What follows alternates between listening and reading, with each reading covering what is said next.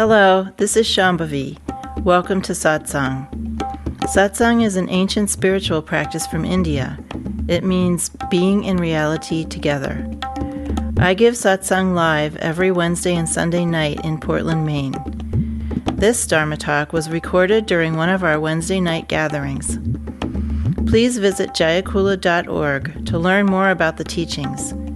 You can find video satsangs on Jayakula's YouTube channel, and my books are all available on Amazon.com. Much love to you, wherever and however you are.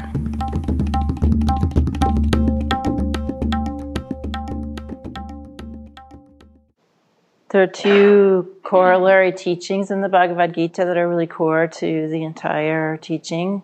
And Bhagavad Gita is a teaching of Lord Krishna to his devotee Arjuna, the spiritual warrior.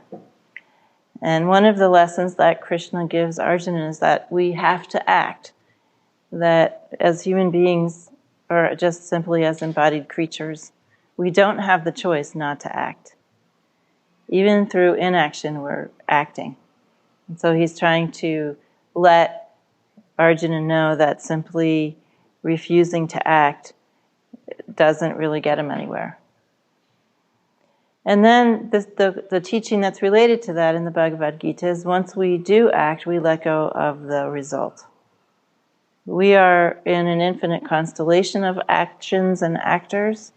We do something and something is set in motion, and we really don't have very much control over what is going to be the result of our actions. And so we act understanding that there's an infinite set of possibilities for the result of that action, and we try to let go of our attachment to things being a particular way. So this is from chapter 18 of the Bhagavad Gita, where Lord Krishna is talking about three kinds of action. And it's interesting because this is a Kashmiri version of the Bhagavad Gita. There isn't just one version. So this actually is a slightly different version of the Bhagavad Gita. I don't know exactly how it was produced, but it has more of an emphasis on the yogic meaning of the Bhagavad Gita. It's more explicit that what the Bhagavad Gita is talking about is not a literal battle, but actually a spiritual battle. And it's also more inclusive of some of the view of Trika Shaivism or Kashmir Shaivism. So you may have heard, if you take yoga classes or have studied any of Patanjali's yoga, you may have heard of the three gunas, some called Rajas, Tamas, and Sattva. And in Patanjali's yoga and more mainstream, conventional, and I would say even thoughtless interpretations of Rajas, Tamas, and Sattva, there's a very moralistic cast to interpreting these qualities. The word guna means quality, and Rajas, Tamas, and Sattva are said to be three qualities of a person. And tamas is basically interpreted as lethargy or sloth or inertia or stagnation. Rajas is interpreted as more frenetic activity, usually something to do with anger. And sattva is interpreted as like a peaceful, more spiritual, more holy way to be in the world. And when you hear pundits talk about these three gunas, which are really not taught in the Kashmiri tradition proper, we talk about the 20 gunas, which are just simply qualities of things, like cold and hot and dry and liquid and things like that, that have absolutely no moralistic portent whatsoever. So when I was learning about Trika Shaivism, we really never even mentioned Rajas, Tamas, and Sattva. It just wasn't part of the teaching. But it is in the Bhagavad Gita, and so in this Kashmiri version of the Bhagavad Gita, there is a kind of Trika Shaivite reinterpretation of the three gunas, which I found to be interesting. They're talked about in this version of the Bhagavad Gita as the three kinds of activity one can engage in. And what you'll notice, what's really interesting, is that there's no moralistic view here. There's no thought that one form of activity is less spiritual or less holy or lesser or greater. It's really more based on what is a more ignorant or limited way of acting and what is a more expansive, inclusive of awake, aware Shiva consciousness way of acting. It's simply along that continuum. It's not along the continuum of, sinful to holy, which is what you normally read in kind of texts that are going a more mainstream way. So here, tamas is interpreted this way. When tamas action or activity or karma is the word for activity, is unskillful and undisciplined. So when we are acting in a tamasic way, according to this version, we are simply being unskillful and undisciplined. We're dogmatic and unwilling to be taught or unwilling to seek assistance, relying on one's own ignorance. So tamas, even in the more conventional texts, is a state of stagnation. And it's also, could be related to the animal realm for those of you that have studied the 6 realms with me or elsewhere. It has that quality of stubbornness and kind of relying on yourself in a kind of stupidly independent way. So that you don't ask for help when you need it, and you just kind of believe that anything you think is right. There are people like that. Anything that comes into their heads, they think that must be right. Tamas here means a kind of stubbornness and inner rigidity and dogmatism that is the result of being ignorant of your actual condition. You think your ignorance is wisdom. That's basically the definition of tamas in this rendition of the Bhagavad Gita. And then rajas, or rajasic activity, rajasic karma, is more active in an outward way. It's defined here as craving and longing for the fruit of action, passionate and greedy to the point of violence, happy in success and grief-stricken in failure. So this could be more of a Titan kind of an attitude, right? So in the rajasic attitude is very much attached to the outcome of one's actions and being passionate and greedy on behalf of small self. Being greedy for God and passionate about God is one thing. But this kind of greed and passionateness is a form of ahimsa, of himsa, of violence, not ahimsa, towards oneself and towards other people. Because you're acting as you're trying to magnetize the things that you want, the outcomes that you want, and you're very active in doing so and manipulating situations and being passionate and greedy about getting what you want and rejecting what you don't want. So those are the 2 kinds of actions that are defined in the Bhagavad Gita that are extremely limited forms of action. Kind of digging your heels in and just insisting that your way of seeing and your way of doing and your way of being is the way. And then the other form of rajasic activity, which is kind of going for broke, just trying to get what you want and everybody else be damned. Then sattva, the word sat means reality or existence itself, and sattva means being aware of reality, understanding what is real, being in touch with essence nature. Sometimes you see in text, in fact, often you see the word sat, which is S-A-T, so the short A in Sanskrit is like so it's pronounced sat.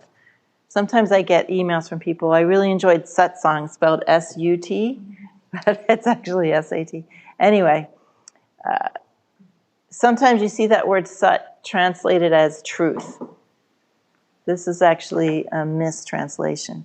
Whenever you see the word truth in an old text translation or some old teachings translation, you can just substitute the word reality or existence, and you'll be much more in line with what that word actually means.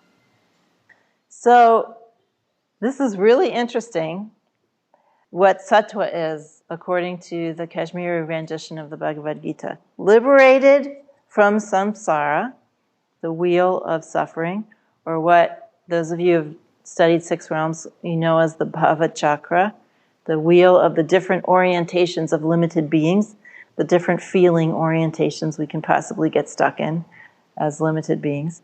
So sattva is liberated from samsara and self-referencing speech. Isn't that interesting? All of the constant referencing of our small self, liberated from that compulsion to be constantly referencing yourself and talking about yourself and consolidating that sense of self through compulsive speech. Ma was always saying, if someone asked her about herself, she would say, "Leave me out of it." I feel that more and more when I'm just out and about in the world. I talk about myself here in teachings to say things that will be helpful to you all. But when I'm just out and about, like today I went to the dentist and they're trying to form relationships with you, at the dentist. So they were just starting to ask me these questions about myself. And I just finally said, I really don't want to talk about myself.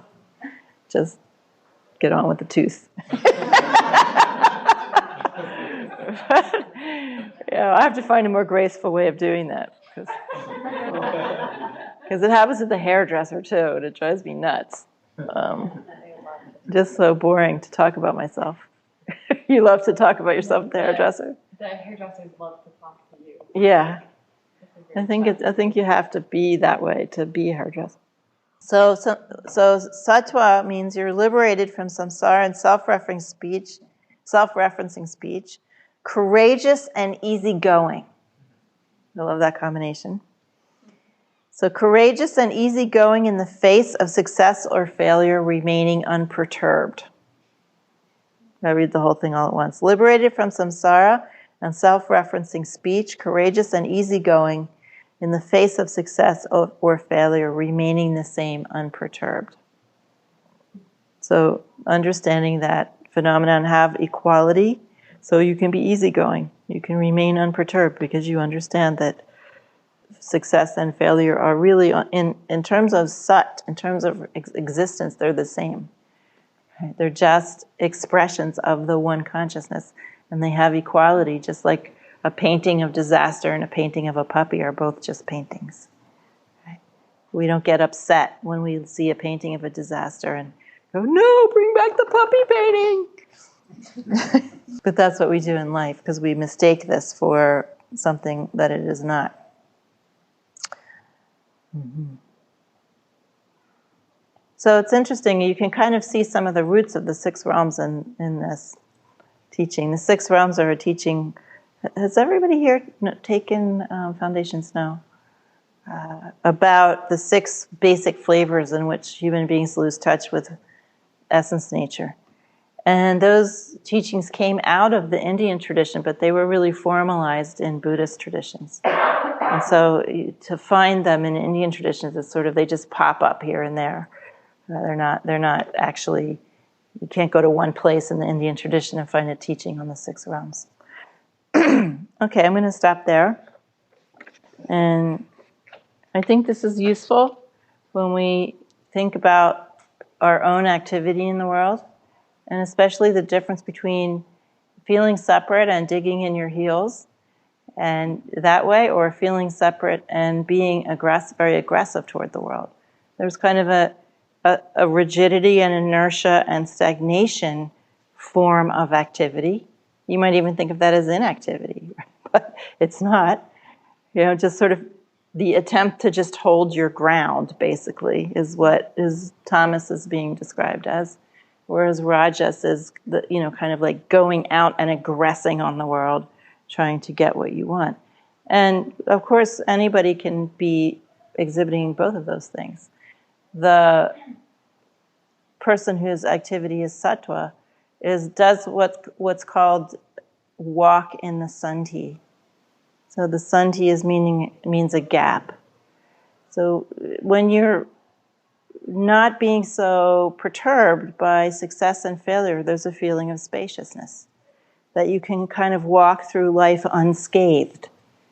And that feeling is called walking in the sandhi, walking between, in a space of non-reactivity.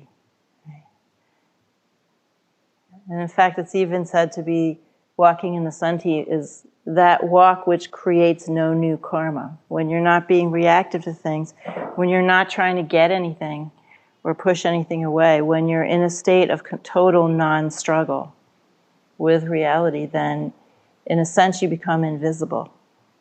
You don't attract any new entanglements.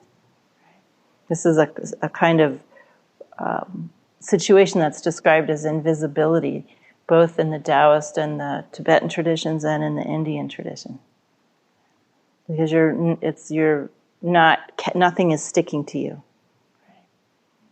And in fact, there's lots of stories, especially in the Chinese traditions of direct realization traditions, of great masters who could actually be invisible, who could walk through crowds of people and no one would see them, because they were in such a state of relaxation and non-struggle that there was just nothing moving out toward other people for them to recognize. I don't know if that's really true, but certainly if you're quiet inside, you do attract less entanglement.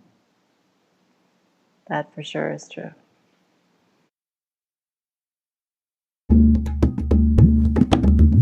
Jayakula is a nonprofit community offering opportunities to learn and practice in the direct realization traditions of Trika Shaivism and Dzogchen. We are based in Portland, Maine and Portland, Oregon.